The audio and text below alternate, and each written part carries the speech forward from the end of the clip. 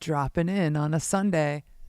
Savage Fridays on a Sunday. It's the stream. It's the stream I don't always get to, but we got to it today. We're there, and I have a very special guest on the stream today, and it's this version of the pedal board where I'm going to show a couple of deeper dives that I did not get to in this week's video. Welcome, savages. Welcome, you bunch of savages, to the stream. I'm so happy to see you, and I can't wait to tell you guys everything that's happened so far on this Sunday. We're going to do a quick sound check while nobody's here.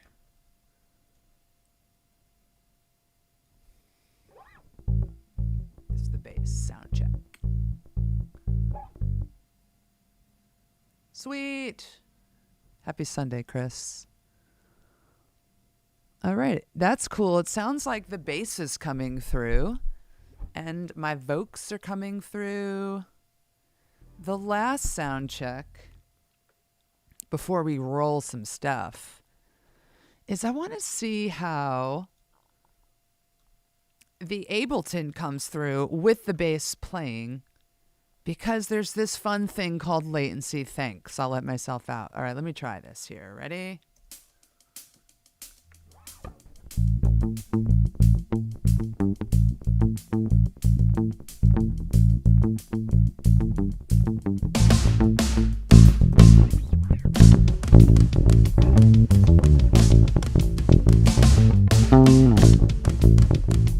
That should do it. That should do it. That should do it for a sound check.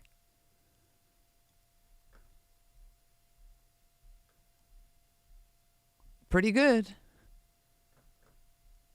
If I only played well. All right, we are super sound checked. You guys, I need someone to come be my on-site engineer and producer of like my whole life, including these streams, including the videos. Savage Fridays Inc. will continue building. Happy Sunday, Chris Green. Happy Sunday. Chris, where are you dialing in from today? Today I have the P bass out and the pedal board is up, and let's get right to the point here. I threw together this version of this pedal board today. I want to play this Lucid Hand Studio F1 with a P bass. So in last week's video, many requests were for this pedal to be demoed, tested on a P bass. Could we turn a P bass into a wall or alembic sounding bass? Let's find out on this stream, and then we'll play around with some other pedals. But if you guys didn't catch it this week, I created a long-form video on the Lucid Hand Studio F1 Studio Preamp filter pedal that Nuno sent me. This is an awesome pedal. It got way more traction than I was even expecting. I mean, it's an awesome pedal, but it's YouTube. Sometimes you never know. It got a lot of comments, a lot of questions, a lot of love it, I want it, a few I don't want it, and a few requests.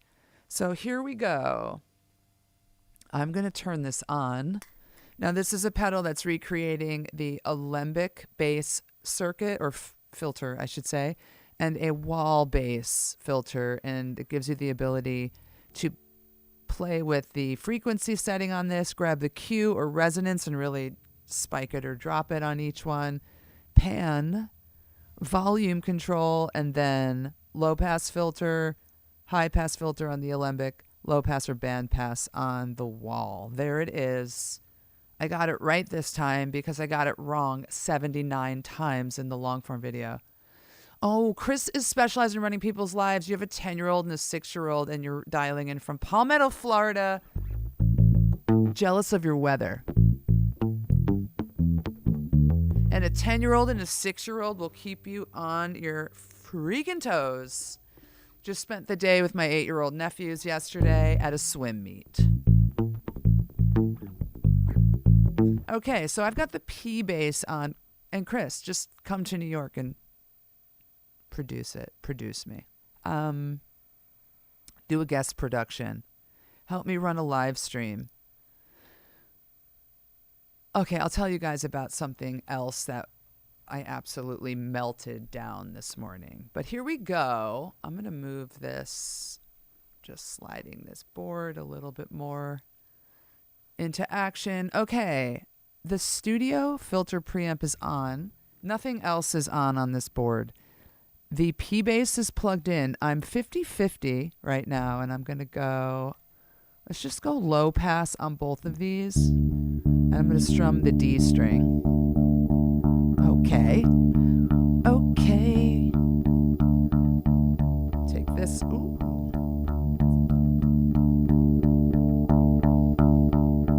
Pull it up there.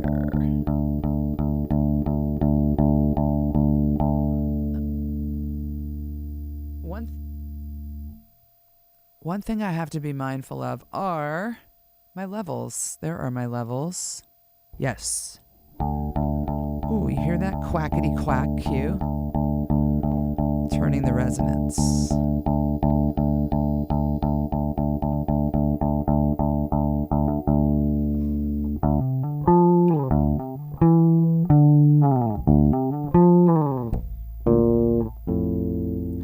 I don't want a copyright strike, but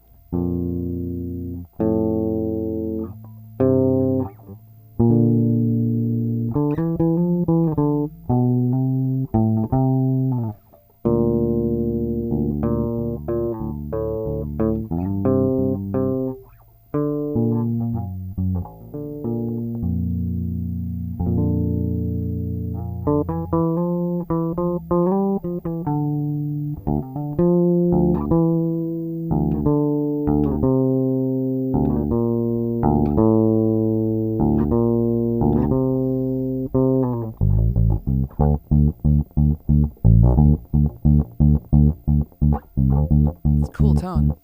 This is all P bass.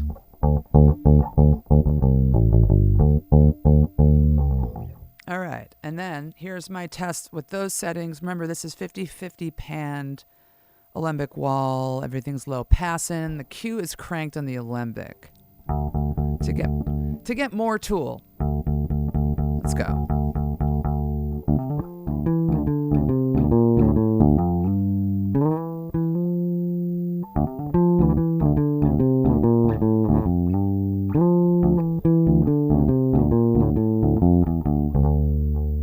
Let's try it with drums.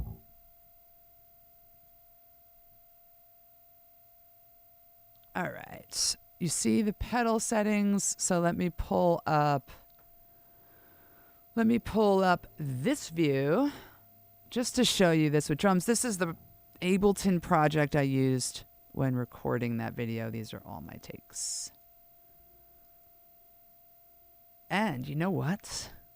Do you know what? Nah, I'll just play along for now. I don't think I need... Do I need to record? Should I record it right before your guys' eyes? Maybe. Here we go. Instead of the harm boost, we are going Fender P. We are dropping it in. We are...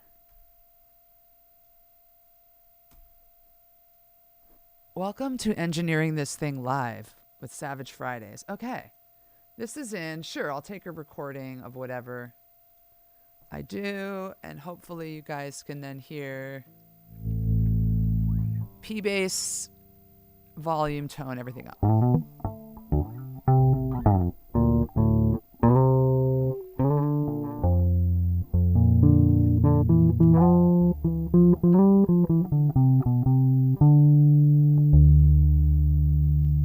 Let's try this.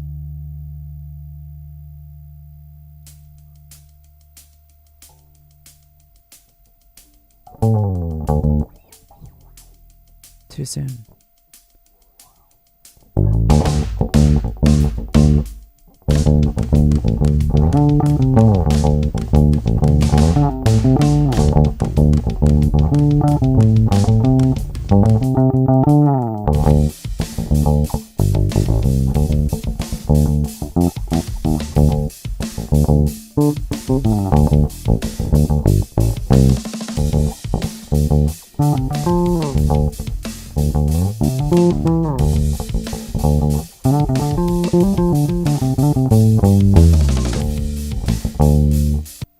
Well, that sounds cool.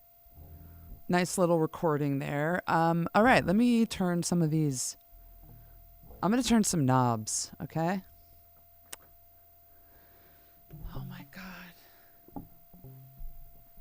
Chris Green, 5941. I do really need a parent in the studio or a producer.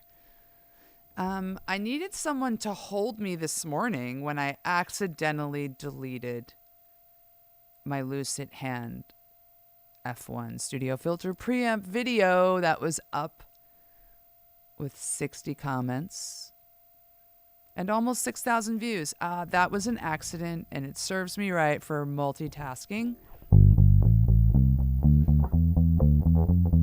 and not reading the YouTube labels that you're about to delete this, and it's irrevocable. Oops, oops, oops. Oops, I deleted my long form video. All right, let me show you guys. Back to pedals. Let's play here. If we go all, let's see, low pass, low pass. Let's just mess around. I'm going all alembic.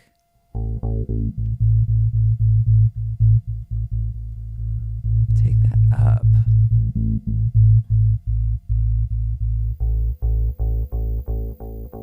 This is all wall.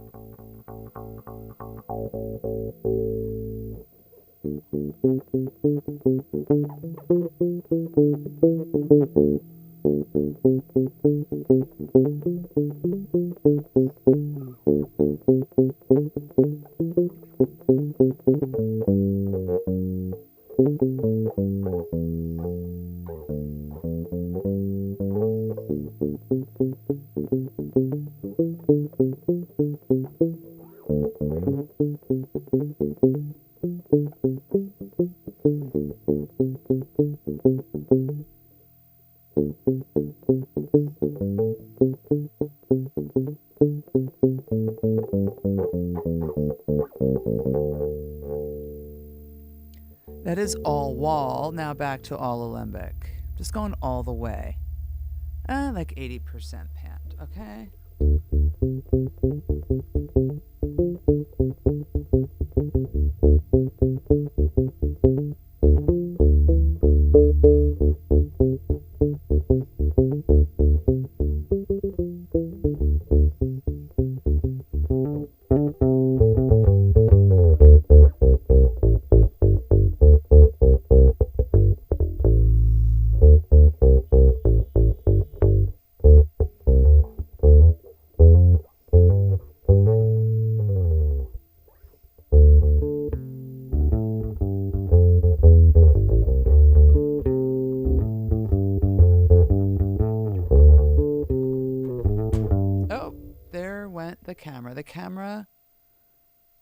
Camera 2 just looked at the edge and said, I'm going over it. I just fell off the desk. There we go.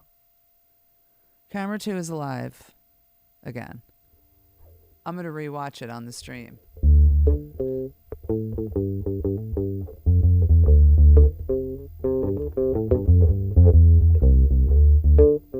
Chris, I love that you're a new sub. Welcome. Welcome to the madness. And you just discovered my channel with quite possibly my highest performing video ever that I just deleted, but it's back up. I am holding my go-to bass, this particular Fender Precision. It's both something special and nothing special. It's from 2010. That's the year. I swapped the pickguard on it. It's got a maple neck and fretboard. It's got the original Fender strings on it with so many thousands of hours of play, they may as well be flats, but they're not. And they're very muddy. I love this bass. So that's to answer your first question. I do a lot of my bass demoing on the channel with this because this is a tone, for better or for worse, a lot of bass players know all ranges of play level 2, and it's a good comparison when demoing pedals and demoing anything. That particular video, I put the Spector in to see what an active bass does underneath the pressures of this pedal and the filters. And then your question, if money were no object, oh, jeez. I would take a 64, one of these, easily. I would take a mid-60s jazz bass. I'd take an early 70s jazz, easily. So vintage on those. Oh, come on. A 2010 Fender American Deluxe. Wow, we're coming from the same family here. The 2010 Fenders are very good. Okay, everybody? Solid run, Fender.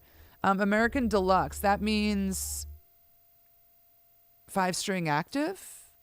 Or at minimum, I believe that means active. That's so cool. If money were no object... Oh, I mean, you're opening up a can of worms. I'm just going to list the stuff that I'd buy in a heartbeat if I saw it. A modulus silver sparkle 4-string a modulus silver sparkle 4-string flea bass. I saw it in a store once 20 years ago for $800, and I could wreck myself for not buying it. And I love modulus era Chili Peppers tone. I would take that. I would take that for sure. I'm going to throw... What have I been loving? Oh, today I would take a Mike Lull custom. I am in love with the Mike Lull sound. It's like this mixed with the J, mixed with, depending on the pickups, a Gibson pickup sound. Every one that comes up on Instagram, I'm crying.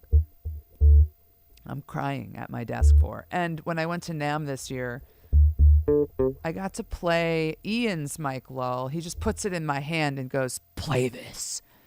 And I fell in love. And I demoed all the pedals at the Walrus booth on the Mike Lull. So Mike Lull customs. I will own one at one point. That's like what happened at NAMM when I'm standing there playing Ian's and talking to Spencer Lull. I'm like, Spencer, I'm coming to Bellevue. I'm going to hang for a day. We're going to drink really good coffee. I'm sure they have that there. It's Washington. And I'm going to buy or build a bass with them. So a matter of time, I've already made the decision. Now I just have to go make the money. Yes. 2010 was a phenomenal year. I also have a 96 Jazz back here that late 90s was also good. So those are some of my I want them now basses. I want a Hofner viola bass. I'm a McCartney head. I want it.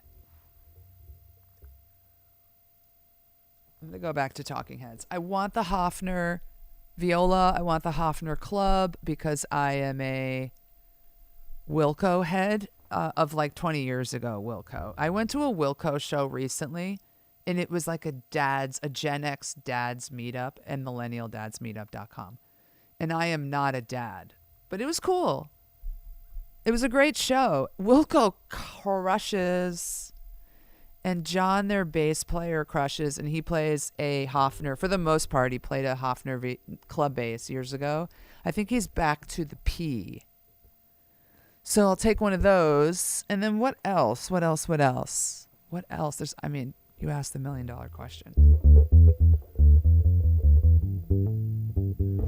Multiple P's and J's. You had a 97 Deluxe fretless with the single pole per string. What happened? You let it go. Sometimes we all need money and we let things go. You want to hear a fun story about this bass? My love and joy, this P bass, Let's see if I could show it to you, Chris, and people watching. Yeah, I'm going to show you. So years ago, I'm at a rehearsal, and I shared a rehearsal space with a Brooklyn industrial death metal band named Embracing Agony. I mean, this name, okay? And my rehearsal studio, I shared with them. This is like Craigslist era, what just happens. The rehearsal studio, I was in a synth pop band of mine and sharing with a death metal band, and all of their posters were on the wall or the door. And their big show poster had a girl with a meat hook through her eye. And I used to tell people coming to meet me at the rehearsal space, just look for the girl with the meat hook through her eye. Anyway, Embrace Agony had a very sketchy storage system of shelves up above us in the space. And they didn't harness everything down with like cords and cables and stuff. So there were just like flight cases all on these shelves. We see where this is going. And we're rocking in a synth pop band. I'm rocking through like an 8x10 death metal stack. Or no, I was in my SVT stack era, 4x10. SVT, Ampeg head. So the room is rumbling, and a flight case holding like 3 mics rumbles off the top shelf, falls on me, my shoulder, this P bass, and the floor. Number 1, ouch. And if it were my head, I would have had possibly a gash or a concussion. Thank goodness it was only a shoulder. Number 2, ouch on my P bass. This P bass got a gash in the neck. Showing you the battle wounds. Let's see. To cover my eyes. I'm gonna put my finger near the gash. Look at that gash. And the gash is now smoothed over because I freaked out. I was crying. I had a record release the next day. I brought it to my luthier, who is another custom guitar maker. Oh my goodness, I have to think of his name. This was some years ago now, but I go to a luthier shop in Manhattan. I'm in Brooklyn then. And this guy like lives in this apartment that's also his luthier shop on the east side that also had all of the Rolling Stones guitars in there because he was the technician for them before they went out on tour. And he had a custom bass shop. And I'm crying, and he looks at the bass and goes, I think I could fix that neck. And he steamed the wood and drew the dent back out to the top. He needed a day to work on it. And he put a new poly coat over it, and it's pretty much smooth. And that's now I'm like bonded to this bass for life. If it were a rosewood fretboard where the bass hit, he would have split the fretboard off the neck. Bass would have been killed. But these luthiers are amazing. So here is...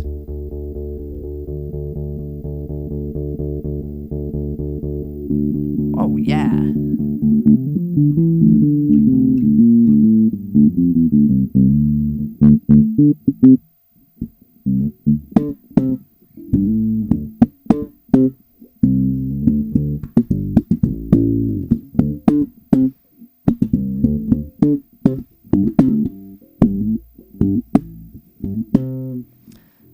I don't like slapping.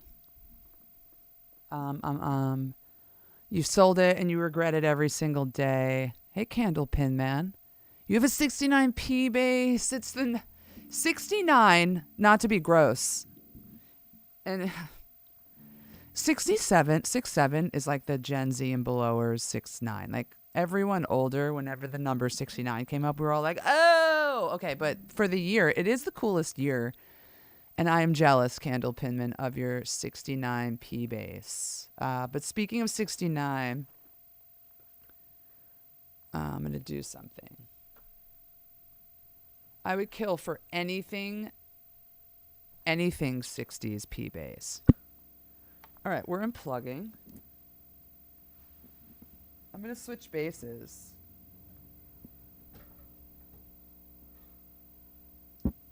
To a 1969 Ampeg Dan Armstrong. I was sweating in 5 minutes. This is the heaviest bass ever. Here we go.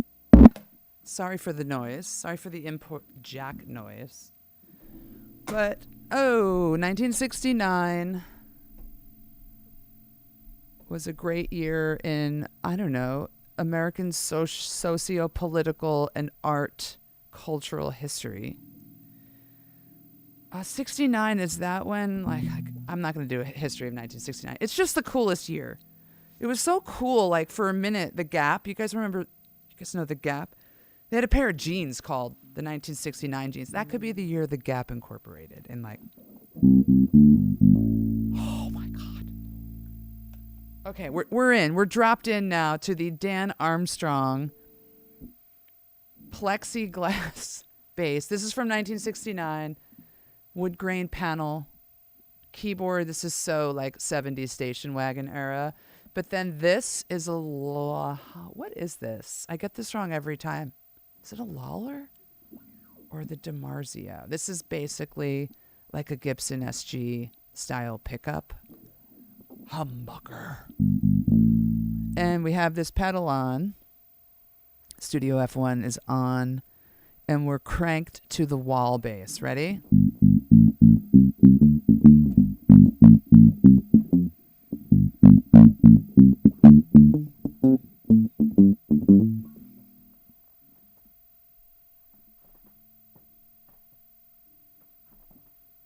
I'm doing all finger style, but should I do a pick? Ooh, burp. Damn, you wanted to, yeah. So Candlepin, you guys, this was a dream bass. This is why I say my dream bass lists out loud all the time, especially when I'm about to walk into like a boutique. I'm like, if they have one of these basses today, God, please show me the courage to just buy it and figure out later how to pay for it. And it happened with this.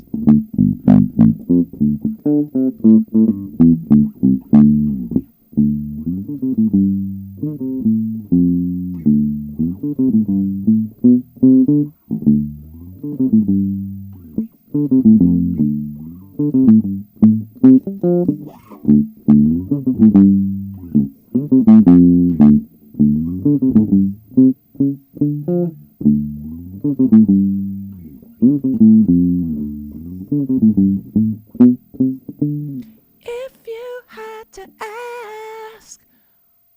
It was around, I was going to say, this was around when Woodstock happened. So this bass was born when Woodstock happened, okay? Okay. Okay.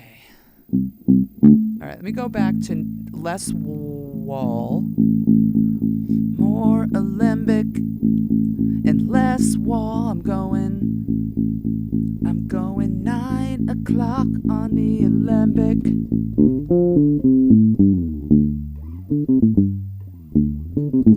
Ooh.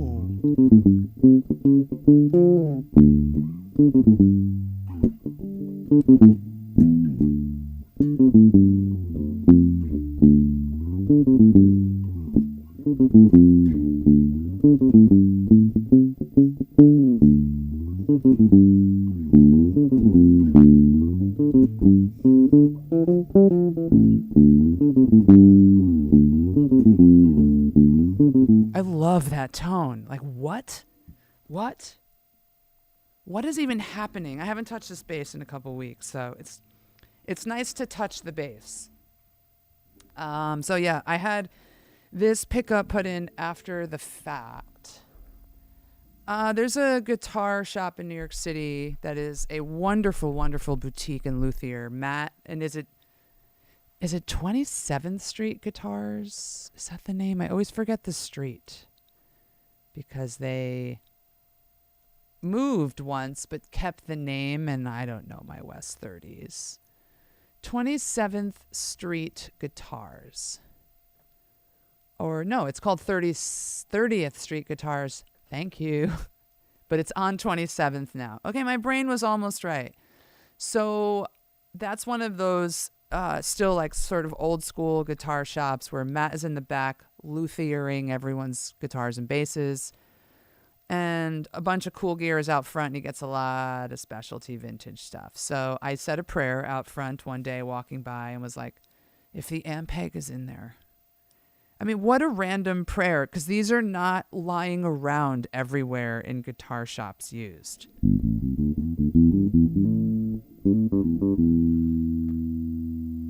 I walked inside. There was no Dan Armstrong out, but I said to the guy at the counter, hey, I was here months last year, and you guys had a Dan Armstrong out, but it was the smoky gray plexiglass. They made 2 models of this body, smoky gray and clear. And I would not buy smoky gray because that's not the dream. And I said, I want the clear. You guys had a smoky gray. I don't see anything. Just letting my wishes be known. And Matt comes out and he goes, you'll never believe this. A 69 came in last week in pieces. And I'm like, Matt, what? Want now?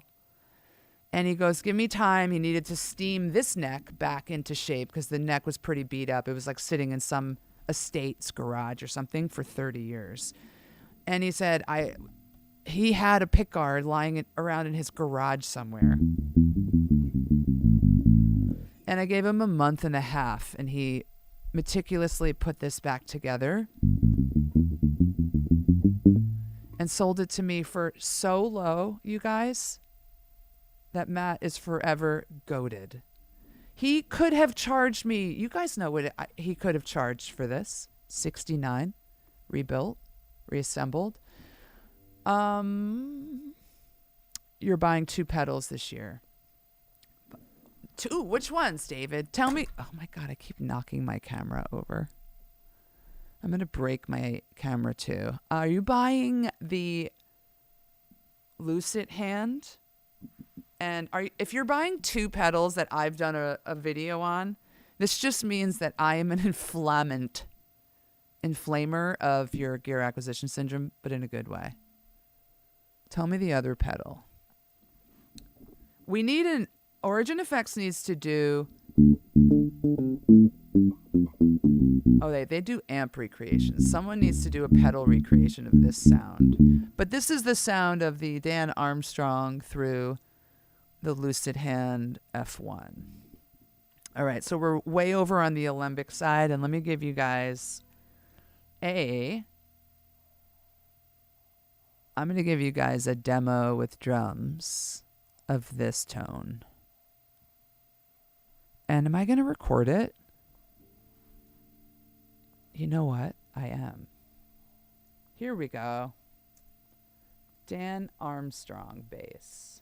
Boom, bop, boom, bop. If you had to ask. Number 1 rule, always touch the bass. I know, I just have so many in here now. To always touch all of them, I'd have to put like a finger on each bass to touch them all. But yeah, I moved this bass closer to my desk. All right, let's hear this with drums.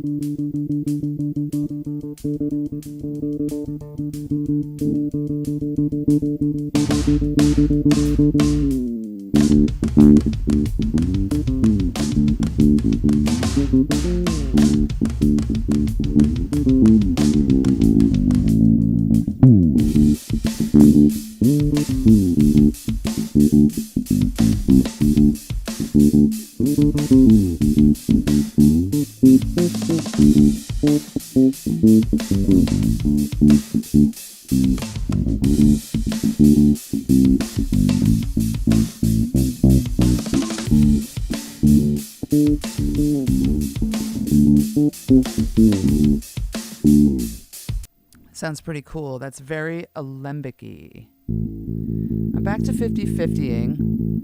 50-50 on the wall in the alembic bass. 50-50, yeah. Let's go high pass on the alembic. And Oh, I've been band pass on the wall. Cool. I'm going to go low pass on the wall. I'm going to pump the Q on the alembic. Wow, wow, wow, wow, wow, wow.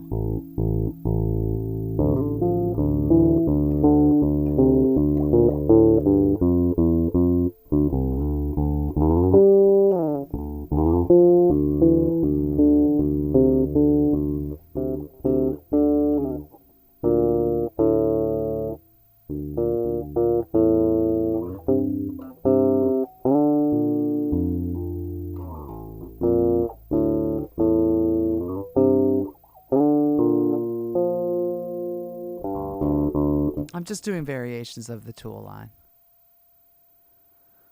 That's cleaning up your tone. And the Geddy Lee chorus. There was a line at NAMM to see the Geddy Lee chorus, so I couldn't play it, but I'm very interested.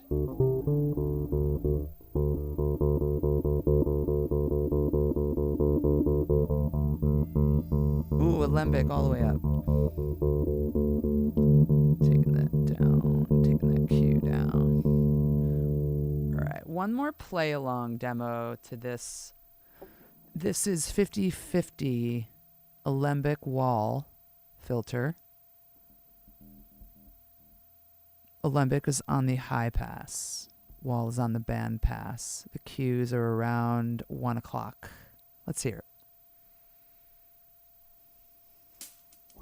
With a pick.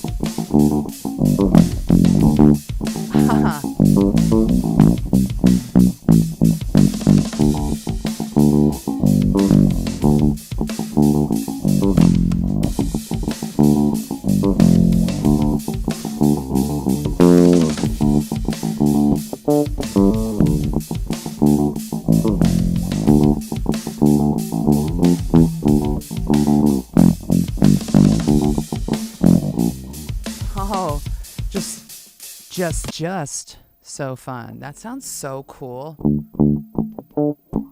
What was I just doing?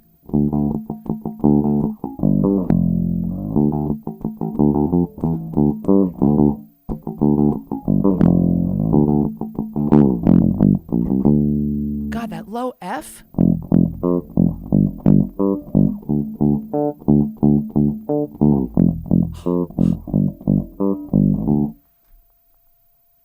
Wait.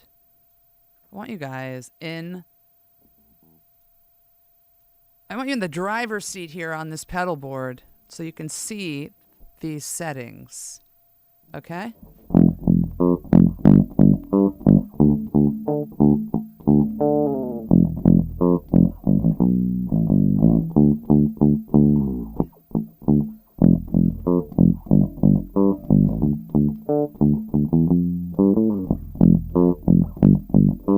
Wish I had a 5-string and I could drop D. Today's video, for the few here watching, oh, we think we are pros. We think we're pros. We do. Actually, true story in your name. I love your name. Welcome to the chat and the stream. And I don't know. I think I'm answering the question. What do you guys think? I did a P-bass demo to the Lucid Hand F1. I'm doing this Dan Armstrong Ampeg demo to the same pedal. This really resembles a Gibson with this pickup, which I think is Lawler. Oh my God. I have to stop not having the facts for you guys. No, you know what it is? It's a DiMarzio humbucker Gibson, right? Humbucker bass pickup. Yes, this is pretty sure this is the DiMarzio Model 1. Yeah. pickup. So it plays a lot like a Gibson. What do you guys think? Is this pedal transforming this bass and the P bass, like true passive tone, into an alembic and wall style? You tell me.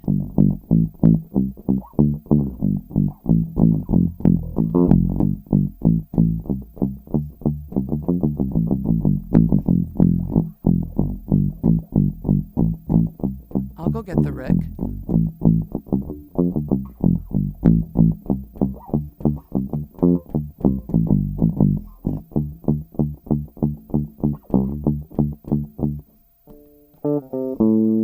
This is why I need a producer in here, so I could just go like this, and the Rickenbacker is in my hand.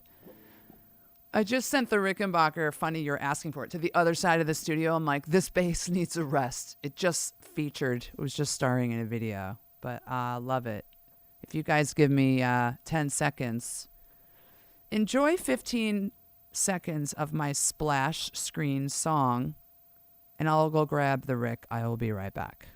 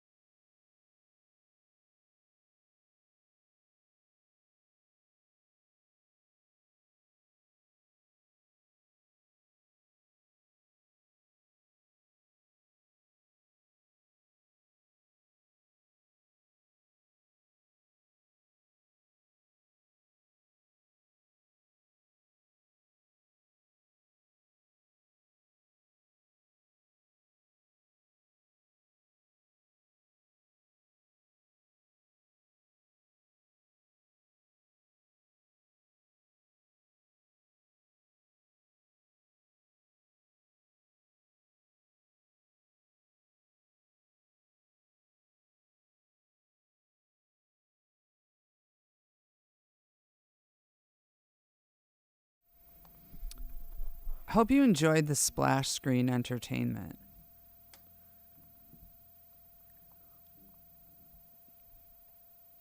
Definitely cleaning up the P bass and Armstrong tone. Yeah, definitely was. And giving it more mid punch.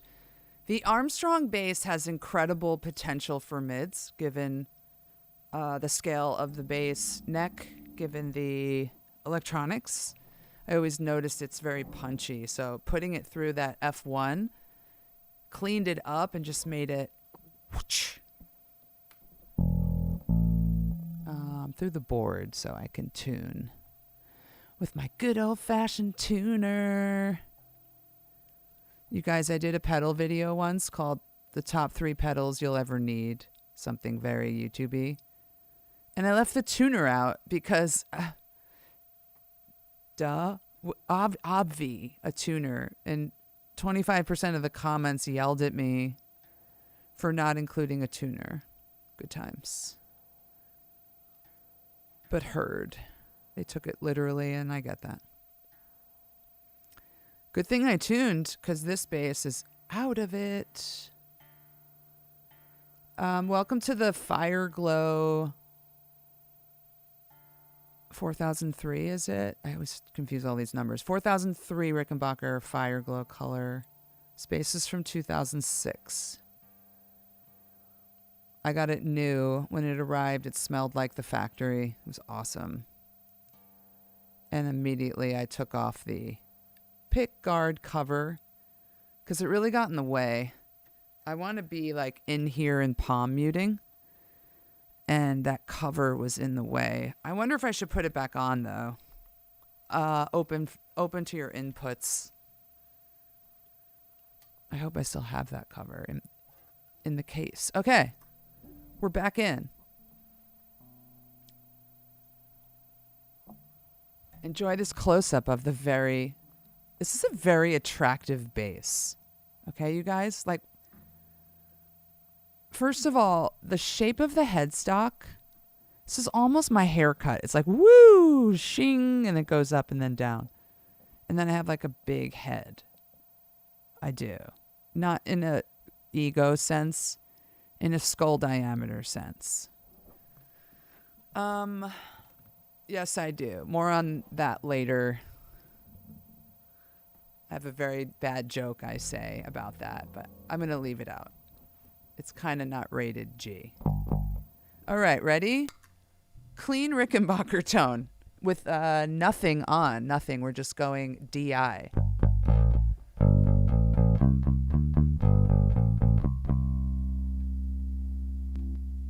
Everything all tone up, volume up.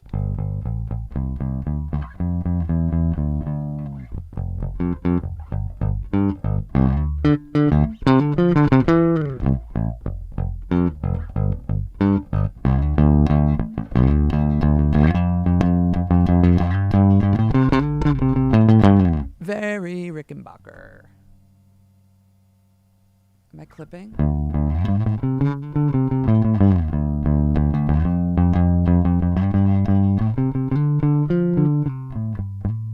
Okay, turning it on.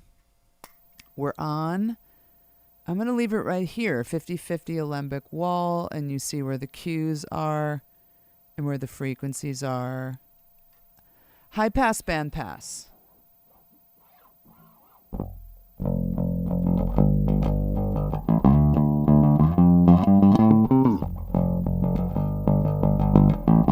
Ooh, there's a kick there. You hear that mid-tone?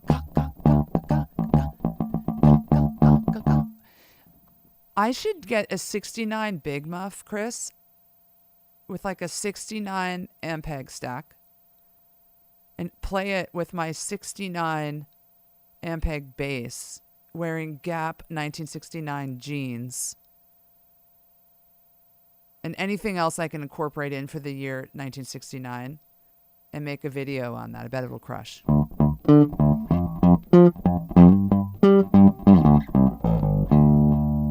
All right, let's take it back to low pass, please. Low pass. Oh, that was on low pass on the wall. Sorry, I can't see. Does anyone hear a song when I start doing this? I hear bang, bang, bang, bang, bang, bang, bang,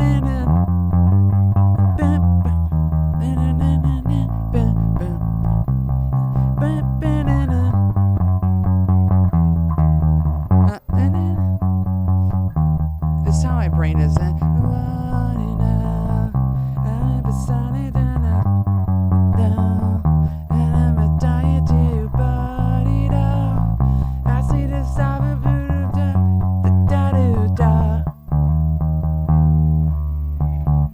Was that even right?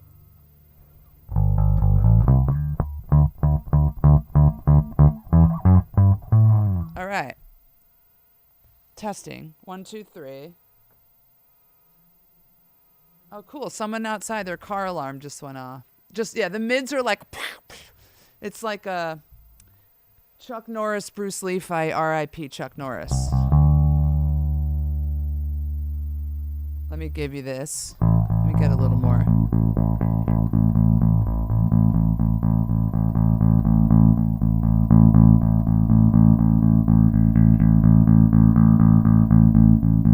I'm taking the cue up on the wall side. Hello. Like to that. It's like real honk, honk, honk. Here we go.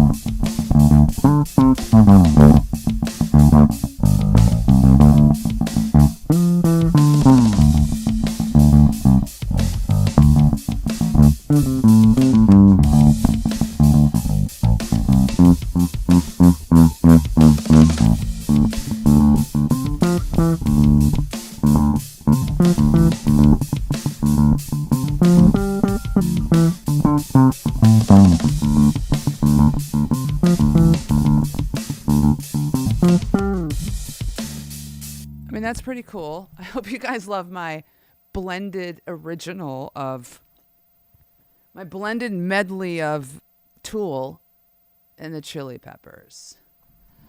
I've tried a few wahs. I never stick with the wah. I never stick. You have a morally based, cool wah, and you just got the Tech 21 blue wah. Which one are you liking, Chris?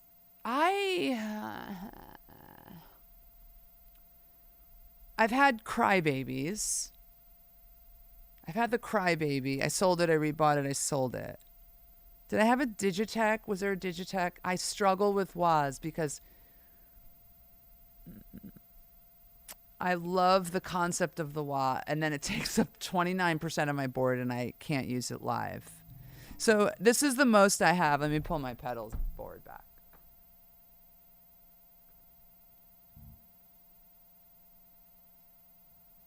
This right here is the most I have in a wah, aside from the dark glass wah. Okay, I have the dark glass audio block. I have this a sweeper. This is a sweeper envelope filter, so it gets a little wah-ish, but it's not controlled with an expression pedal.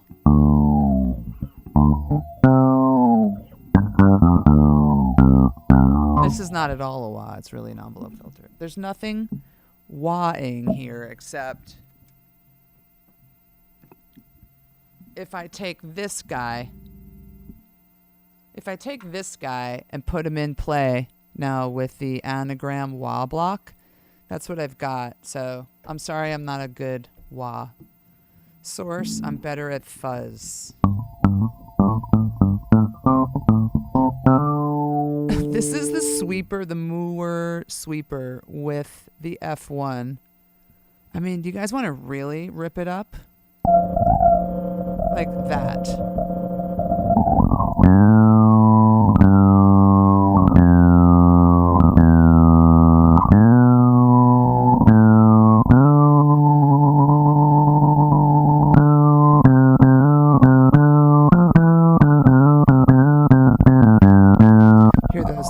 You can hear those op-amping.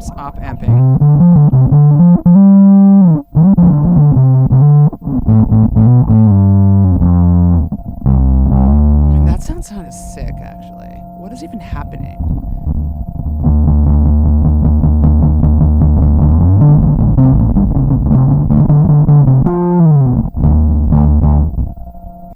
This is a crazy pedal. I will soon be getting the bass Big Muff. And yeah, Crybaby.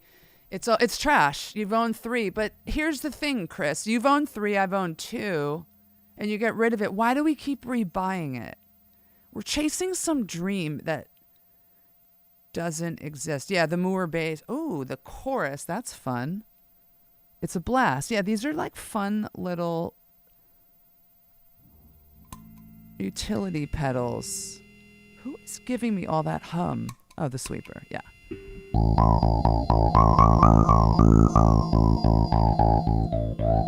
Let's open that up. Here's the range. Ooh.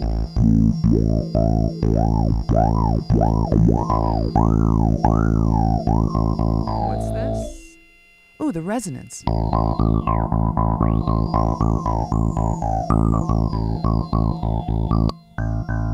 What is that? I can't even see. Ooh, fuzz clean. Here's the fuzz. Here's the clean. This is why I was loving it so much, because of that fuzz. Oh. Sorry, I think I'm clipping.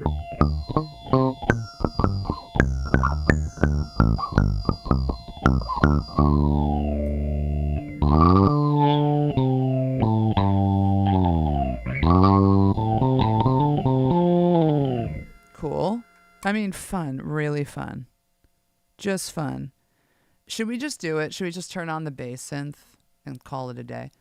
For the first 20 years of your bass playing, you've been a bass to amp guy. Now you have 3 different pedal boards. Chris, you and I are a lot alike, more than you may think on the surface.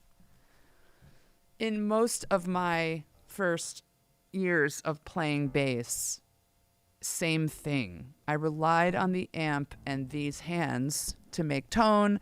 I had this on and or an overdrive to just once in a while, if the song called for it, just go, go, go, go, go, and do that thing. But this would go off. The Bimwaf would go off after that segment. And I was back to regular tone.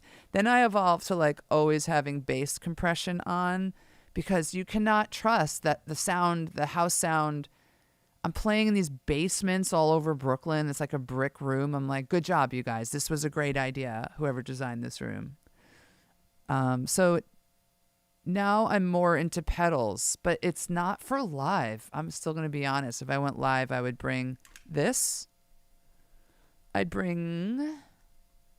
probably bring the dark glass, this, and the walrus mantle. What's the high-pitched whine? Yeah, exactly. It's something from this. And or the cabling, just being checking my power sources.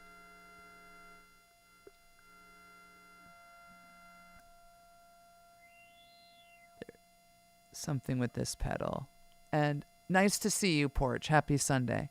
Porch, I don't know if you joined late, but I had this amazing moment today where I deleted my video that I put up on Friday. Thank you. Thank you. Good night. All 6,000 views and the amazing 50 comment thread going. People were going so deep. But it's back up. Yeah. And I learned to never touch my video again. So we're starting over. Today's Studio F1 post has 2 views.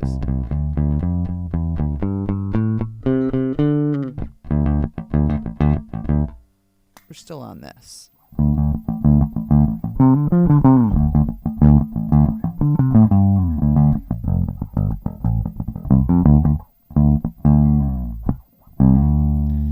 But Porch, this video is meant to be the video of all passive basses through the Studio F1 by Lucid Hand, so we can get more tone and decide, can this also modify a passive bass to the point where you don't need the wall or the alembic? Will it pass?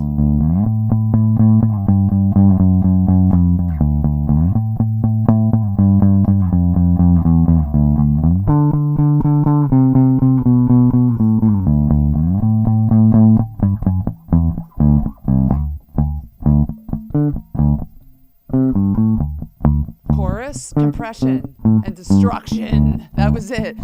Back in 86, David Turcos had 3 pedals on his board, and that's all we needed. Yes.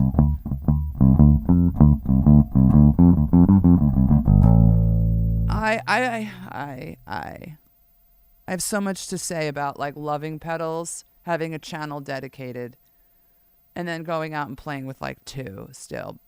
Pedals have gotten so much better. Yeah, that's the key point here is, Porch, I don't know how old you are, and we don't talk about ages on the internet, but in the last 25 years, the world of bass has come very far for pedals, sound, amps.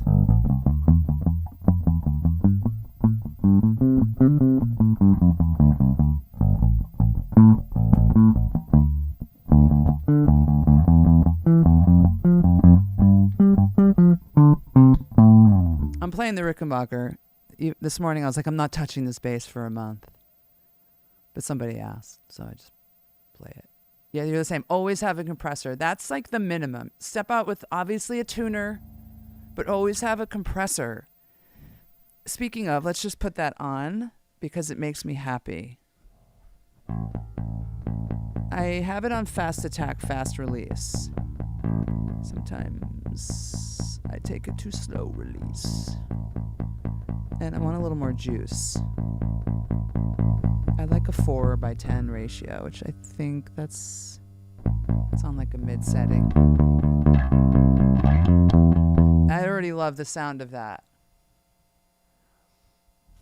I used to use your cousin's guitar pedals and be so my brother is a guitarist. He's older than me. And he was deep, you guys. Prog rock, head, metal, but like pop metal, but like metal-y, like from Zeppelin through Guns N' Roses, Metallica, and then he went like all prog rock, Yes, and Rush. And he's 4 years older than me, and he played like 5 hours a day. This might explain aspects of me and my playing.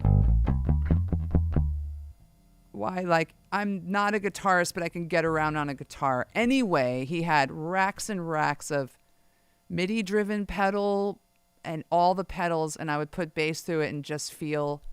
I would feel neutered or spayed, whichever one. My tuner's not true bypass. Does it sound better without the porch? I just love your eye for detail. Does it sound better without the Boss buffer? Do I just switch it and we find out? Let me do this in the way to not harm my fellow listeners' ears.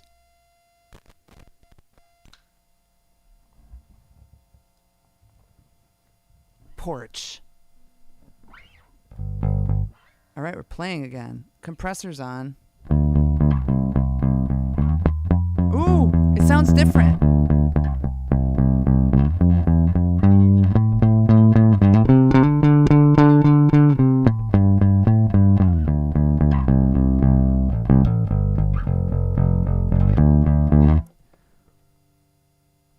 It was a little punchier. I think you're right. Take that buffer away. You were like the signal chain king.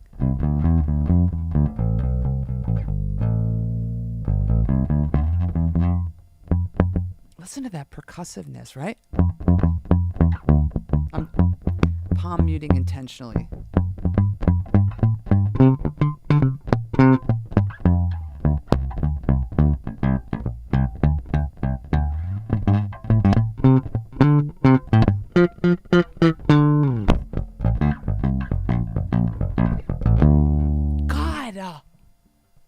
I make such minor mistakes over a long, major time.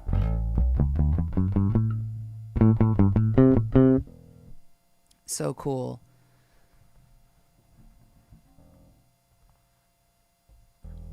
This really is one of the most attractive basses that you can make. I'll never, ever part ways. Do we do it? Do we just do the thing where we put on the MXR bass synth and just make this?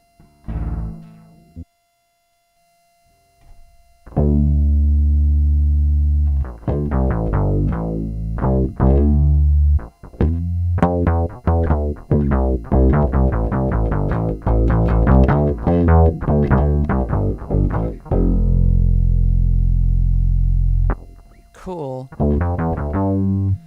Maybe the most popular bass of the year. Wait, why is this blinking?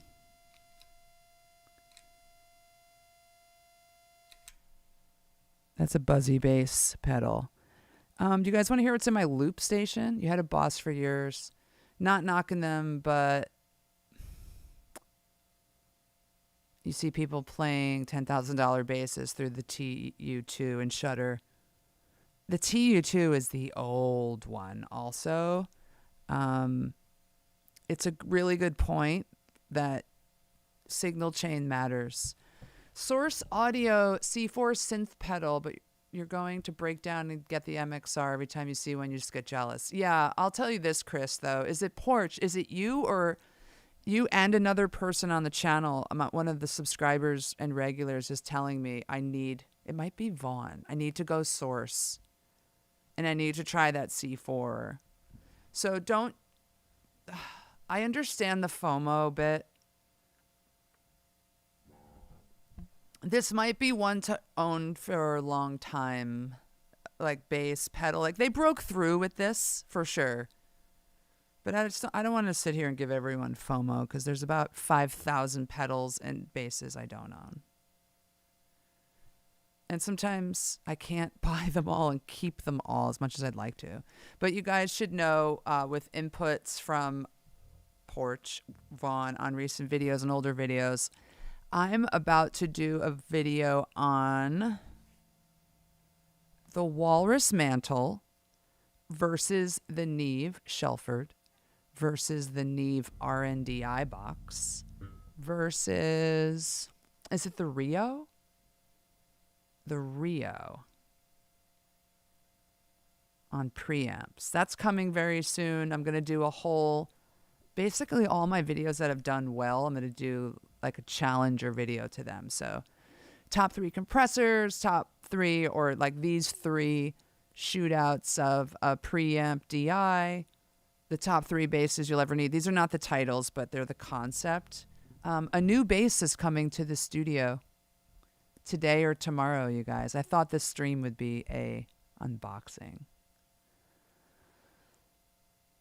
Chris, it's better you've stopped selling pedals because I regret selling some of my pedals, even that stupid Dunlop.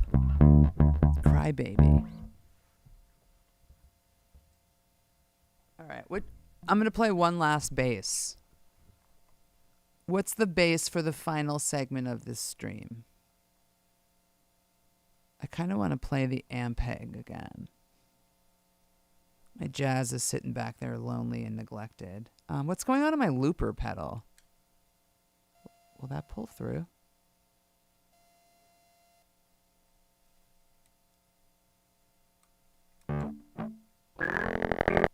What?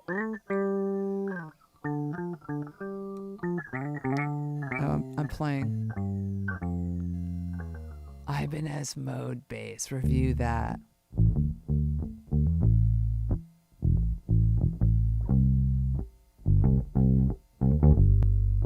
What was I looping?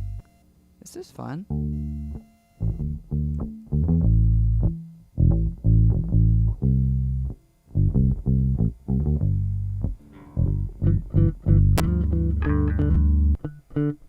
I want to play along to that. Play it again, looper pedal. Oh, this is recording, jeez.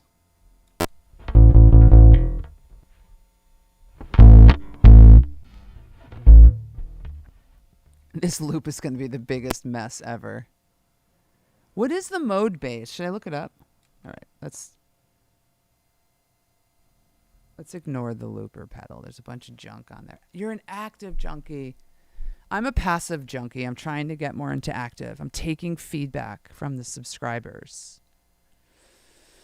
But I need to expand and get more into active. And there's a bass coming to my studio today or tomorrow that is active. It is not, it's a new bass and I'm keeping it. It's not like a trial. It's active. That's all I'm going to say. That's all. I'm looking up the Ibanez mode bass. Can I look up?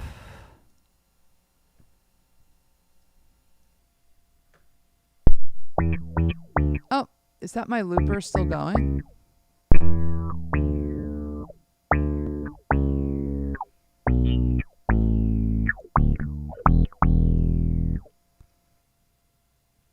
There are like 9 files on this looper pedal. They're just going. I'm going to leave it. I'm looking up the mode. I'm trying to also figure out looking this up in a web window video. That's my looper pedal. Oh, hi, loop. My looper pedal wants to say something, you guys.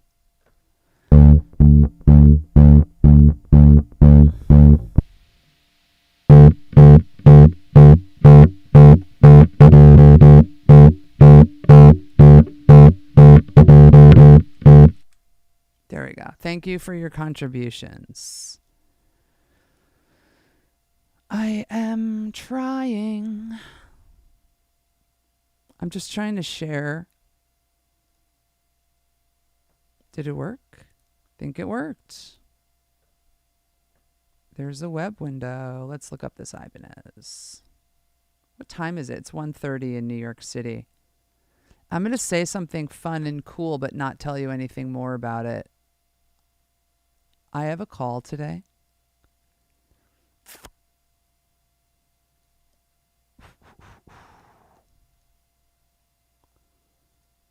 With someone really cool on BassTube. I don't want, hang on, you guys.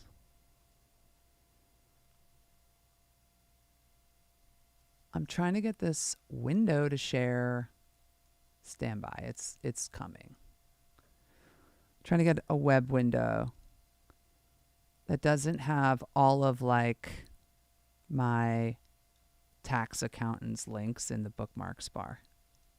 I'm sure you guys really want to know who does my taxes. Google Chrome.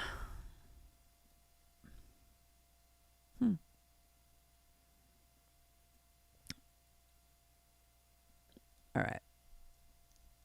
I'm not Ibanez mode base.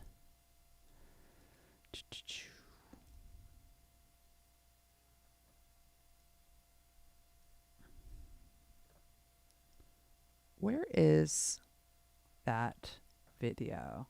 There are so many windows. Oh, here. I think this will work. Figured it out. Here we go. Thank you. This is 30th Street Guitars, by the way, who I was talking about earlier. They don't even put the latest on the site, but what do they have? A Kramer from the 70s. That's fun. A Coral Dan Electro. That's a guitar. Yeah, they'll put like 6 things up. But this is a great store. They have great pedals. I'm just scanning. Anything cool? There's a lot of cool. Angry Rhubarb. All right, let's do the deed here. Ibanez mode bass. God! Are these EMGs? What are the? Or these are probably Ibanez pickups. Oh God, I just love the jazz style bass pickups. You just know what that's gonna do. What is this even gonna do? I need a demo. Ibanez mode bass demo. Oh, who's this? Sota. He looks like he's good.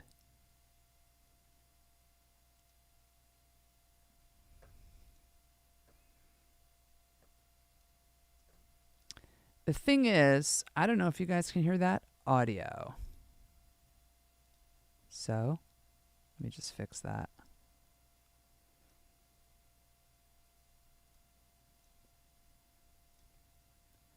Google Chrome.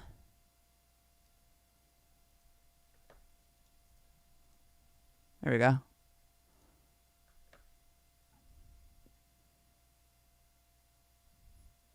Okay, Sota.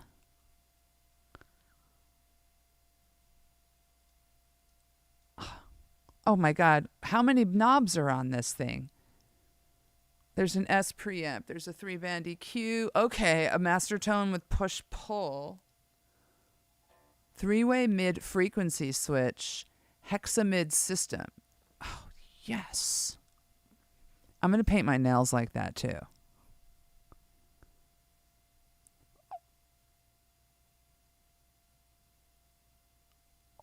What?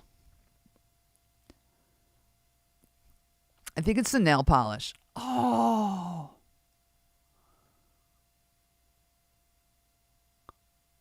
Ooh. Okay, I'm sold. I hope you could hear it now.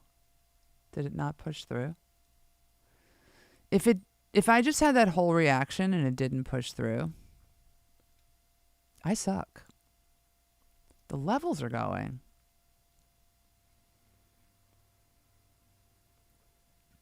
How about now?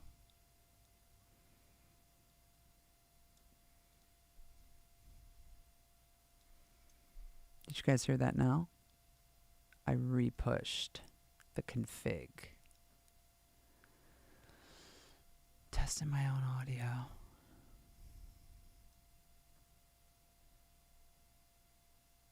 It didn't push again. Sorry. It turns out I cannot.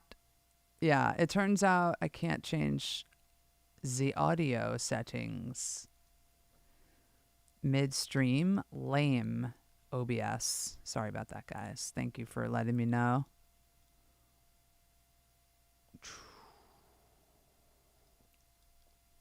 Thank you for being a friend. It's set to Chrome. I'm going to transition back to me. It's weird because it's pushing. Oh. It's weird because it's pushing it in the levels meter that I am watching. Oh, I know why. Thank you. Good night. There's always something. To do this, to go between streaming and recording using OBS every week, it's another reason why I dream of a producer. Let me back this up.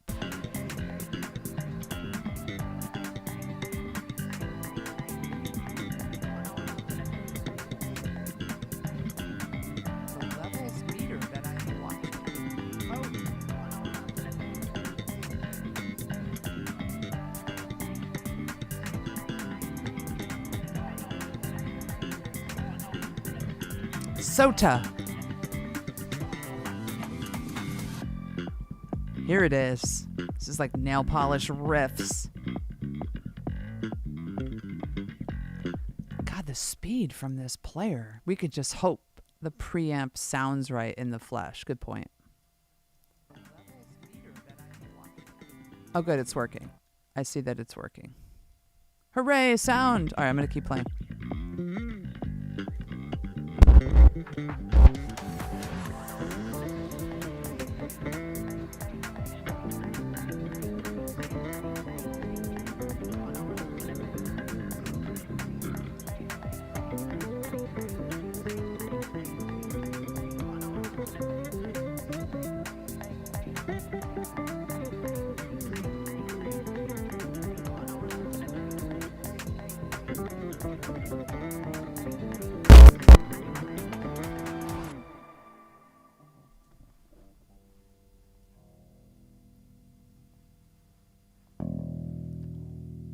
Switching bases here. Great recommendation.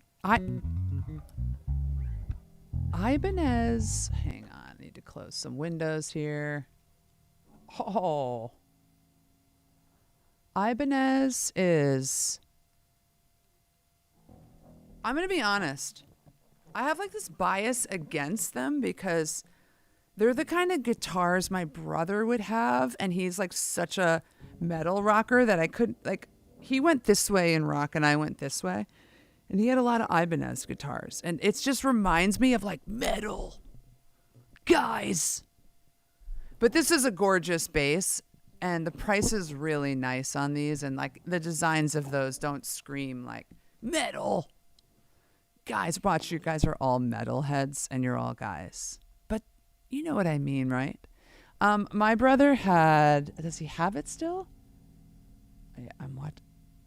He had the Ibanez with, is it the Ibanez that has the handle in it?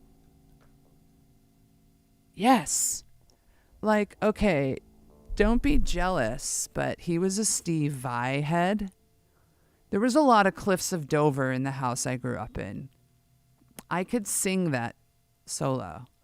This guitar came through the Savage Fridays childhood home in this color. And I have played it. And I don't know why he sold it. You guys want to talk about a regretful cycle of selling awesome guitars? It's my brother's guitar collection. I've held on to them better than he has his. But he's rebuilding it again. Yeah, the offsite is very extreme on those Ibanez's, but it's very jazz bass. Oh, wait, you're right. It's like, shoop, woo. It's really extreme. It's like almost a nod to the alembic bass offset, which, no, not the alembic. Sorry. What am I thinking? I don't even know what I'm thinking. I'm not thinking because this is why I deleted my video this morning. Because I'm not thinking. I am a danger to myself on Sundays. I'm closing out this stream today with the Ampeg. So I have a toggle on my Ampeg.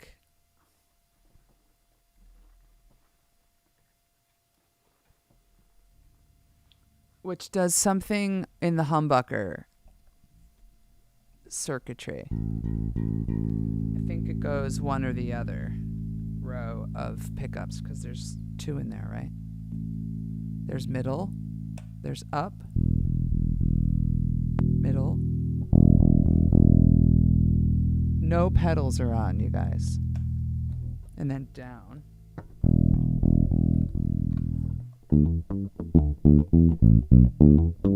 Back to the middle.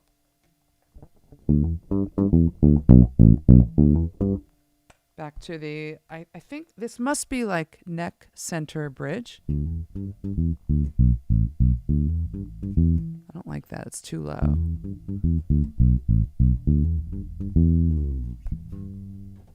Caught it this time. Let's keep it in the middle.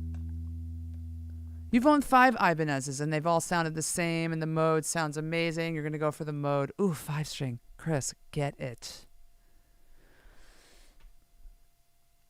Porch's cousin again with the Steve Vai tapping and you didn't understand delay. Thought he was magic. Yeah, I thought my brother was magic too.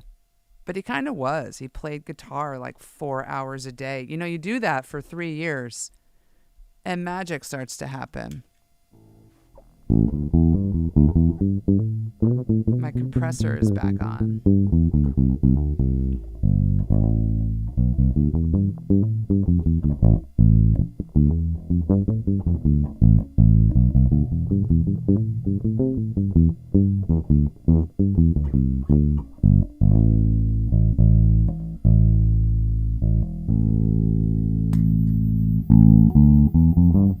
F1's back on with the compressor.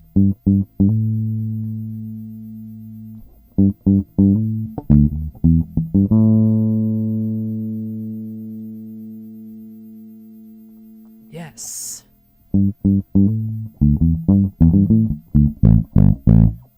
I really like the low end of,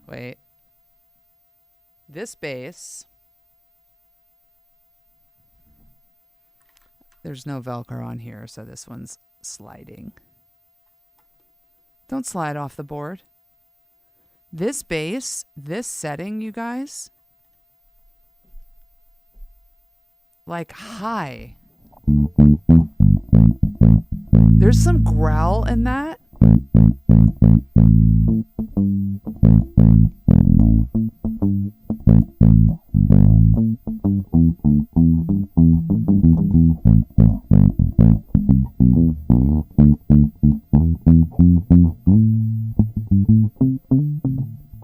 I play the same way every time.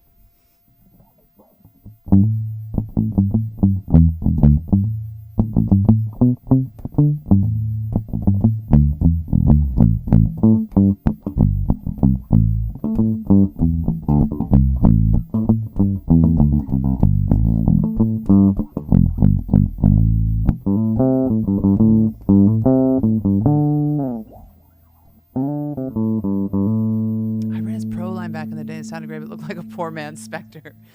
Right on. There's like a certain stigma you can sometimes have with the lower end line of the Ibanez's that you're like, it's poor man's anything. Like the years I started jumping up in basses and more expensive basses, I was like, these Ibanez's, like beginners would show up, friends who were like, I'm learning the bass, and they'd have like a cool $300 to $500 Ibanez. I'd be like, cool. But no knocks, like, sound is sound, style and preference is preference. It does a good job of wall. Yes. Yes. I'm kind of happy about it. This pedal, I had no idea that it would be such a runaway success video that I accidentally deleted. Cry myself to sleep tonight, and B, that everyone would love it for that exact quality, like mimicking tone we all want but don't want to shell out for. It sounds great, but not like, it'll never be like a real alembic, like no way. But if it gets you in the park of like punchier mids, I'm going all alembic here. Jeez Louise.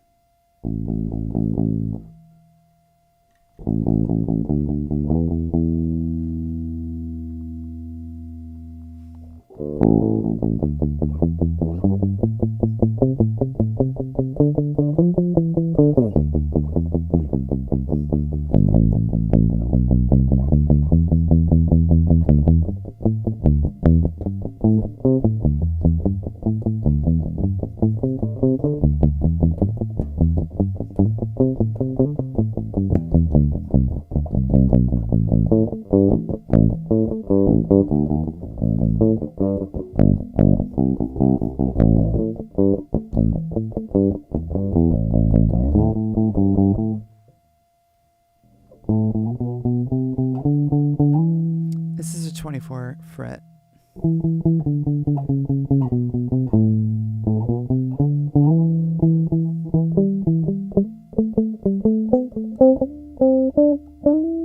I mean that. When was the last time you heard that on a bass? You guys probably all have 24 fret bass.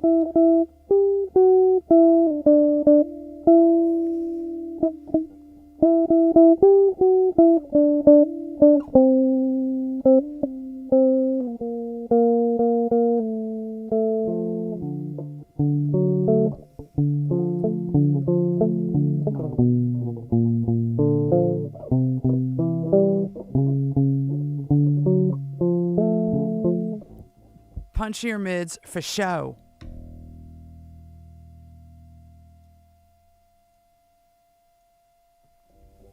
I'm liking the wall a little bit more. I'm going back.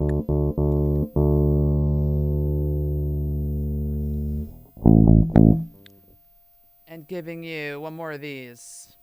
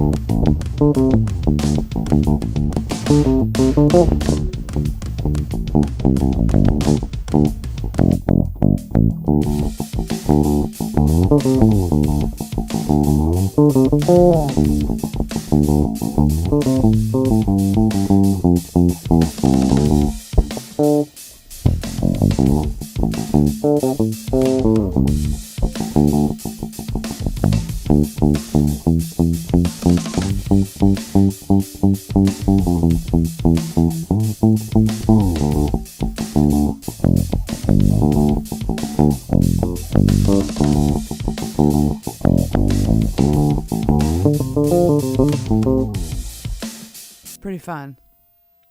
Pretty cool. 50/50 is the same Addicted to Love video. Punch your mids, definitely. The only tune you ever play that needs the extra frets is Sir Duke. Oh, you go up, you do it, you do like your own horn lines. That's song number 3, I believe. Of the 5 songs you need to know as a bass player, Sir Duke is number 3. When you walk into Guitar Center, you better know some stuff.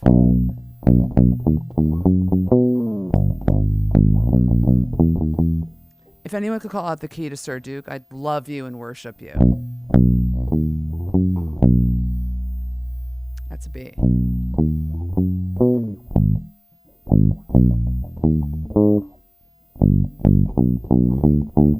I think it's B.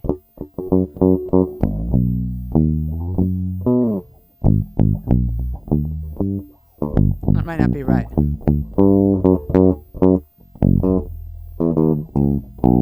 I think it is B. Music is empty everywhere.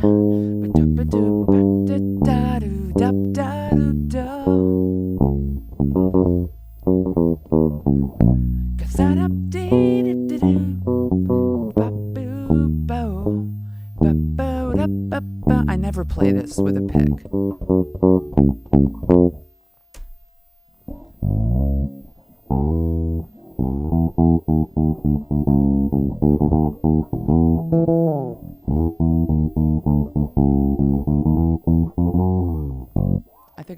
key.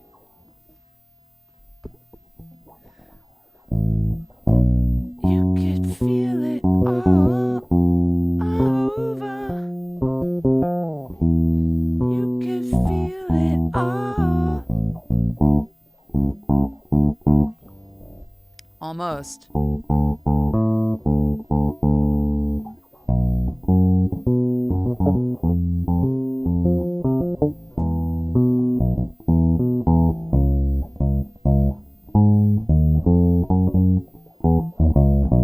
You could feel it all over. You can feel it all. Aha, we're at the part. We're at the part.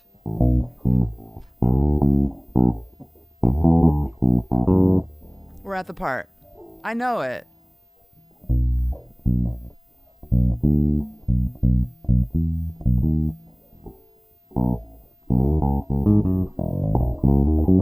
Almost. Got it. Got it.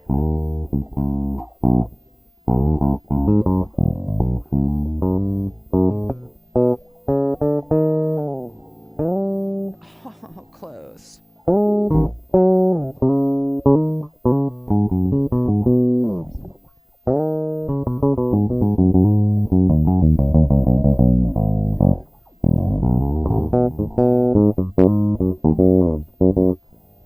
I guess I could do those up really high.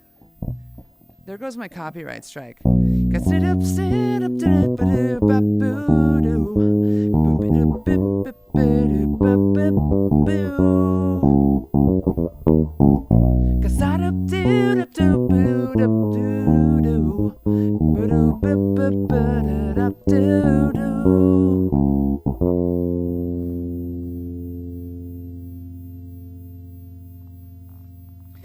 Just because the record has a groove, don't look it up, the bam.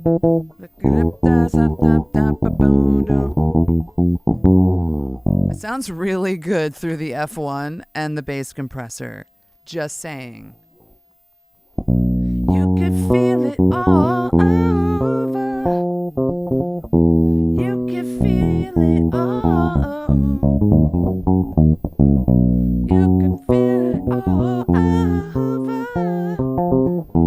You can feel it all.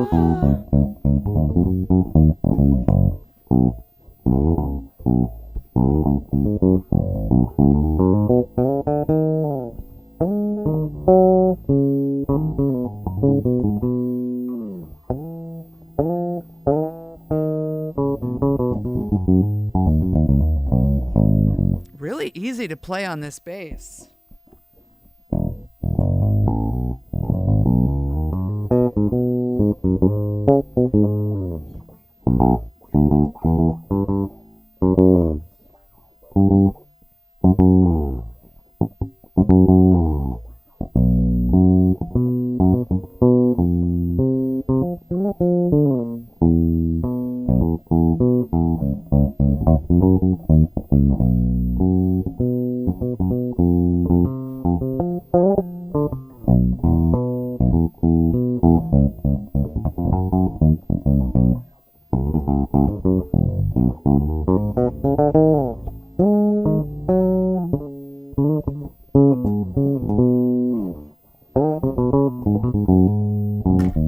Oh, there goes the pedal cam. I'm going to retire the pedal cam. The F1 gives a zing. Exactly. Should I try that as a B title on my new upload for the pedal? You want some zing on your bass? I haven't played Sir Duke in a minute. Thank you for reminding me that is song number 3 on the bass player's song repertoire. Wait, you guys, what's song number 4 and 5? I should probably do a video. On the top 5 songs you need to know as a bass player walking into any Guitar Center. It's definitely Tool.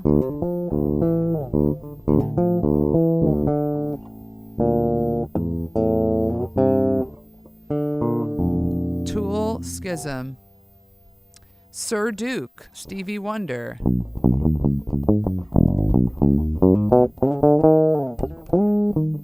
with a pick. Oh.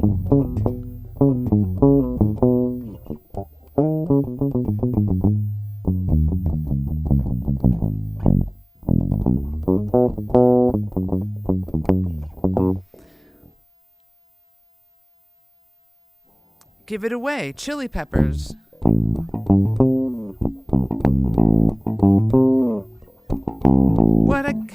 What I got, you got to give it to your papa.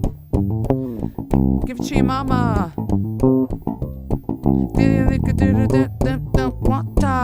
That's number 3.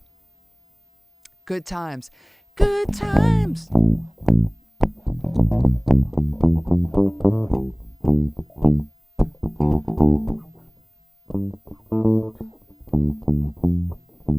Good times.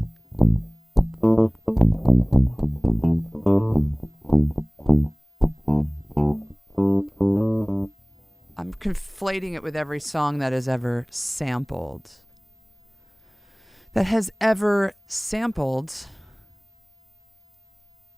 Mr. Amazing Chic Band. Good times.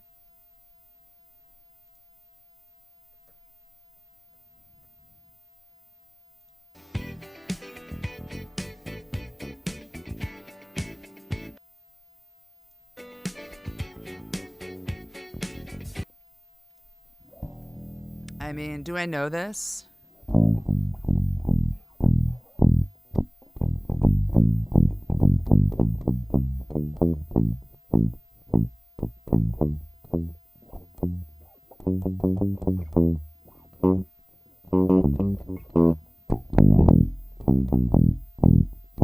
Yep.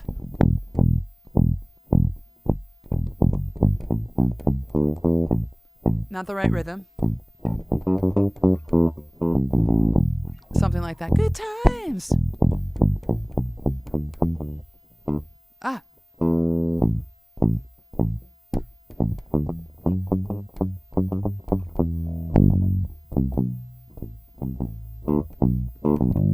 It's that. These punchier mids, I could hang all day on this pedal and with you guys, obviously. Okay, that's number 4, Chic Good Times. I think I'm going to make a video or something about this because it's so good. Nate Watts turned down a half step on it, so it's easier in C, but the high horn run, that makes sense. It's not possible on a P bass, and it is not possible for me to do a high horn run on a bass, period. Ted Talks Bass, my man. My man, Ted. I'm trying to pull a 24-hour streamathon. I'm just kidding, but I know if anyone can do it, it's you. You guys know Ted? Ted and I.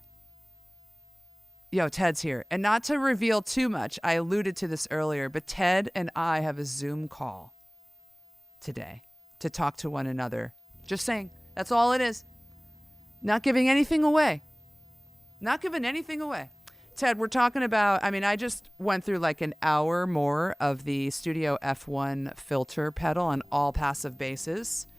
So that's what I'm going through right now. The Lucid Hand pedal, it's very panned to the wall bass sound. And we're just having fun with this passive bass, very Gibson-like tone, compressor as well. And we're coming up with Milk. Yo. Ted's playing is freaking bonkers good. And then he starts singing. We're coming up now, as I wrap up this stream soon, with the 5 songs every bass player must know to be a bass player and walk into Guitar Center. So we came up with number 1. Give it away, give it away, give it away now. And then I came up with number 2, Tool, Schism. Up.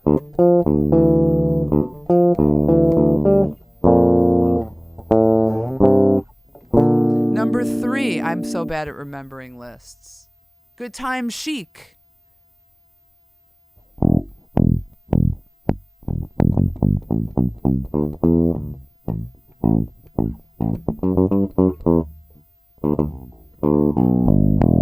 Number 4, Sir Duke.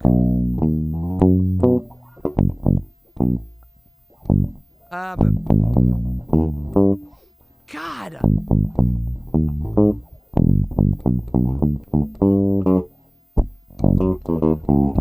Music is, and then I play played it and tried to get as far as I could on memory. And number 5, you guys, do we have a number 5? Do we have a number 5 song? What's the 5th song in the 5 songs bass players need to know to walk into any guitar center and command respect? I mean, do people do Green Day? Do they do like all those great Dirt lines?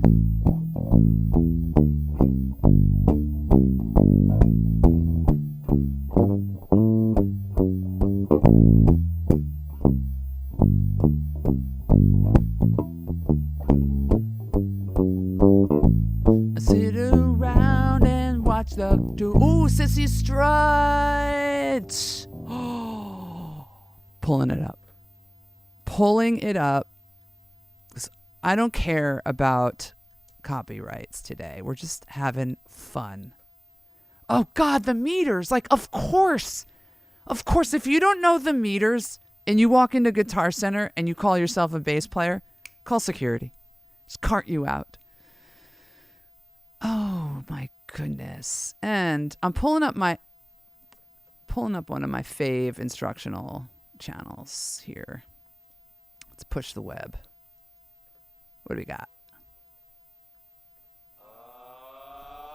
Yeah.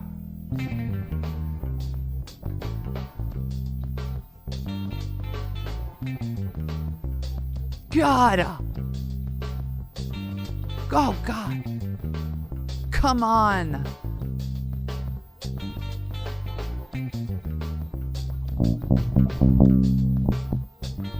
Oh.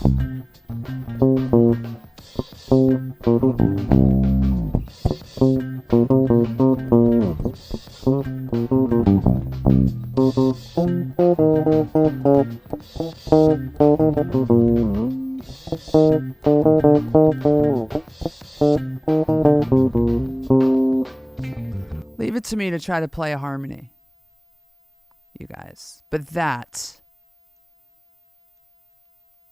might be the number for Muse Hysteria. I think, didn't I learn that I'm asking you guys as if you've watched every video, but didn't I learn Muse Hysteria in a prior video? Did I play that already today too? Oh yeah, this one. I don't know. Muse Hysteria might be top 10 when you start to escalate to the next level. I don't know if it's top 5. Top 5's like almost cliche. Oh, wait. Should we put this?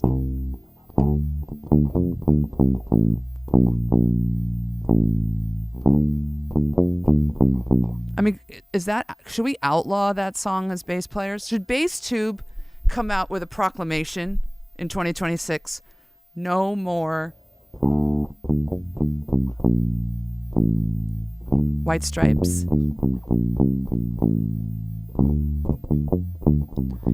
The cool part of this line, though, it's the worst. It's the worst. Baseball stadiums have ruined this, but you know, it's like overplayed. This is like when you go to an open mic and a white dude with a guitar starts playing When You Were Here Before, couldn't look you in the eye, you're just like an angel. When a white guy on a guitar starts playing that at an open mic, a piece of my soul falls to the floor, and then floats up to heaven in the afterlife. I am a Radiohead enthusiast, completist, you guys. Like, it's not about Radiohead. It's about some people overplaying great riffs until the riffs are dead. Now I'm on the top 5 songs you should never play as a bass player. Ted, these are like future video ideas. I mean, take them.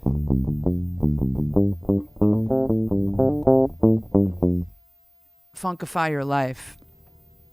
I mean, if we're gonna go into funk, we should do the top 5 funk songs you need to learn as a bass player. I'm gonna find it.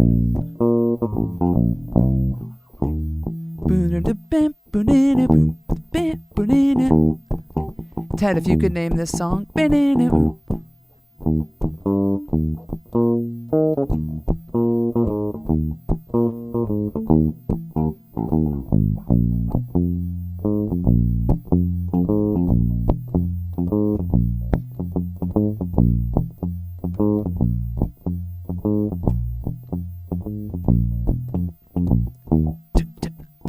Think by James Brown. It's not a bass. I know. It's technically a guitar riff with an octave pedal. I know. But Beck played it. So the only reason it like stays relatively like okay in my heart, because I love Beck. The Chain by Fleetwood Mac is banned in the UK. Yes. Okay. Understood. You sang Sweet Home Alabama on Bourbon Street. I mean, that should be chapter 3 of your memoir. A bunch of white guys came in and looked up, and I said, wasn't expecting that was exactly. Turn it up.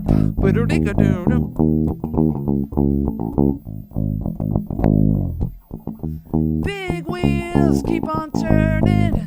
Ooh, ooh, ooh. I'm in love with the F1 pedal. I don't know if I'll ever play anything not through it.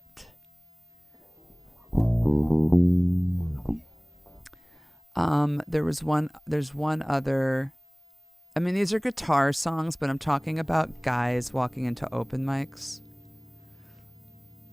My wife's texting me like, "Are you on the stream for 9 hours?" Answer, yes, I'm having fun. After, Ted, catch this. I'll tell you about it later on Zoom. I accidentally deleted my video from last Friday. Had almost 6,000 views, 60 comments. Oops. That's what I get for multitasking.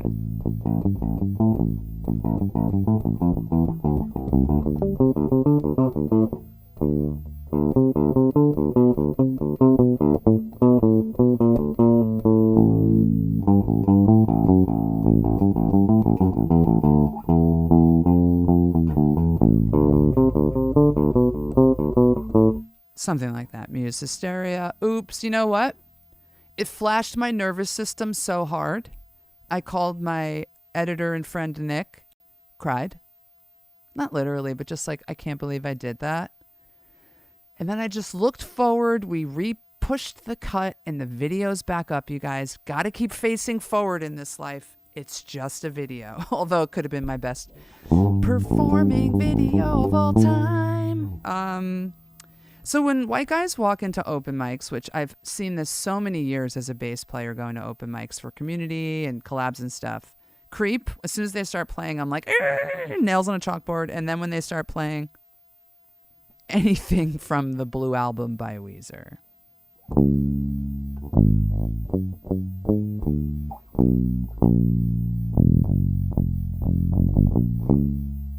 You know the one.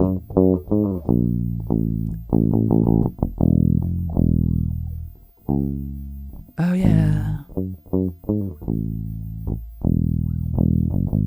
All right. A lot of stuff. A lot.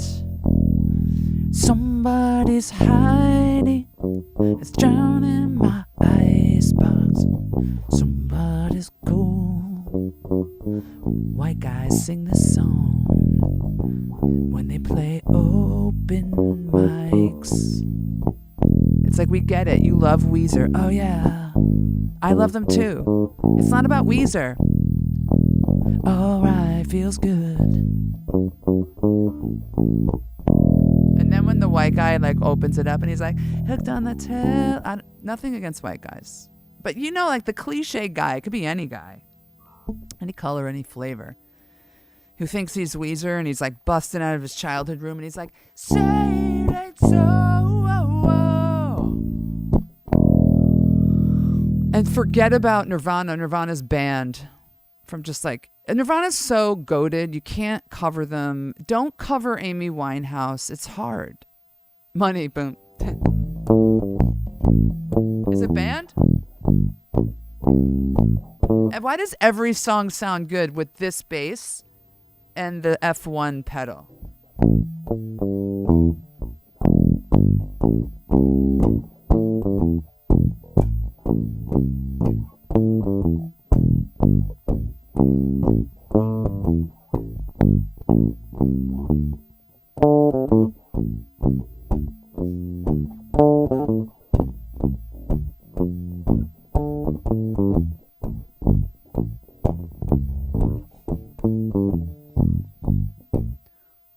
Don't Stop Believing is also pretty much a no-no, but you know what?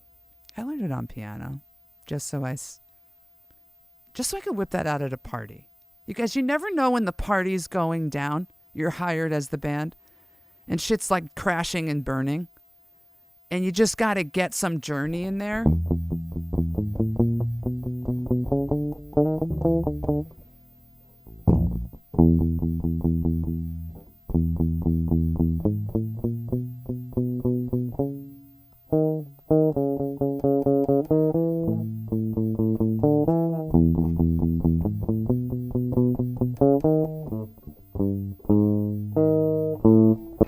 Oh, just hit some switch.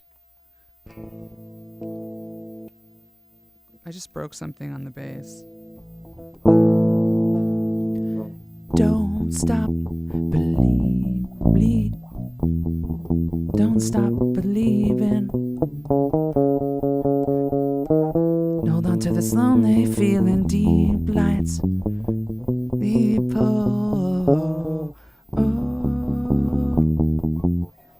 It's awful when people cover that. As long as they don't sing Don't Stop Believing. I just sang it. David hates me now. He's like, I just subscribed to you on the F1 video. David's like, then you deleted the video. Now you played the song you said never play. It's really a good use of chorus. Oh, for the bass chorus. Jealous. I don't have a chorus up.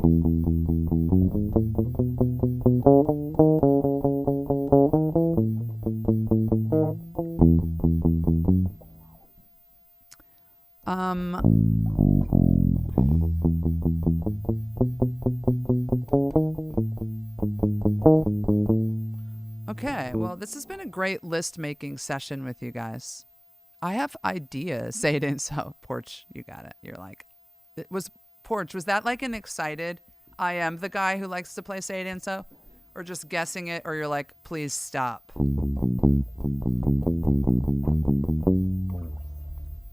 You know what's almost arguable? I think the meters is right for a number 5 song you have to know as a bass player.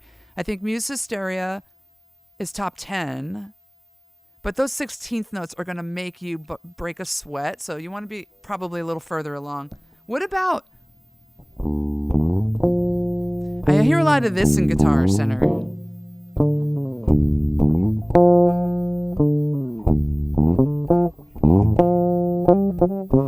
You come over the top, you go moving up slowly. Both. Yes. You can be both. There's room for all of this. On down to his knees. Got to be him, Joker, 'cause you know what I please.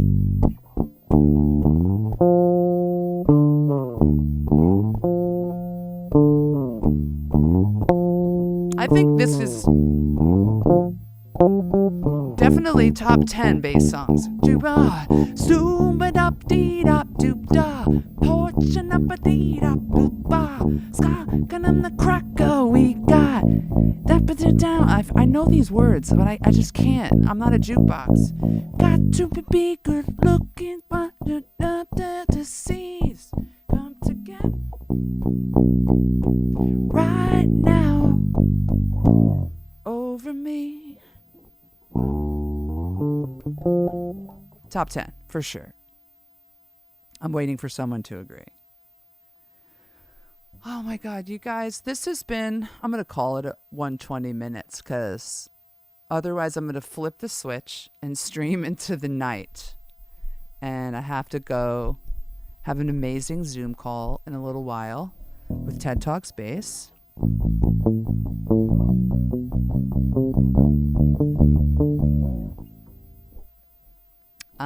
I have to probably run some errands and, do the thing on a Sunday. So how fun was this? It was like 5 to 10 of us Thank you, Ted. Shooting today. I love this.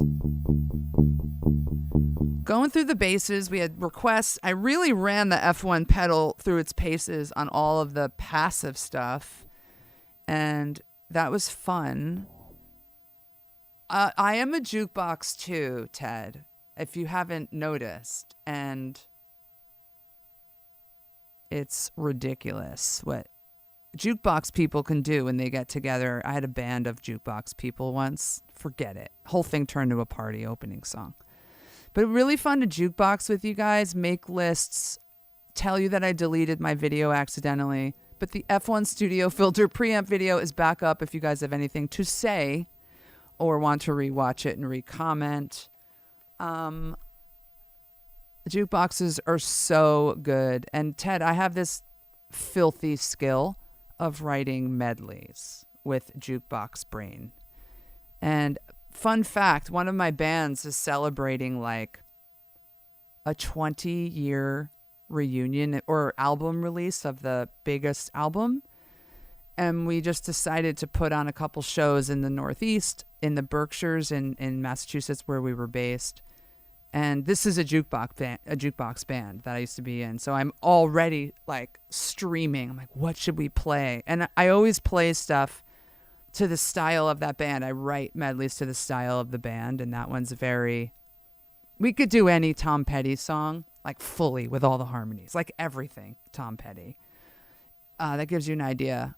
I think we could do Doobie Brothers also.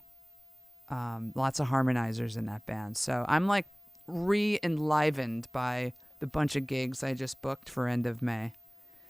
And I got to get writing. And Ted, I got to get one of my bands to come down to New Orleans. Or I just got to come hang in New Orleans. It's been a minute. And then all streams will cross and we won't even know what to do. But you guys, I'm going to call it. I'm going to call it at 120 minutes of a stream today. I have had so much fun hanging with you all, playing the basses. We're not together at all. We had an epic breakup. So this is a reunion. Everyone else did their own thing. And we're coming back together.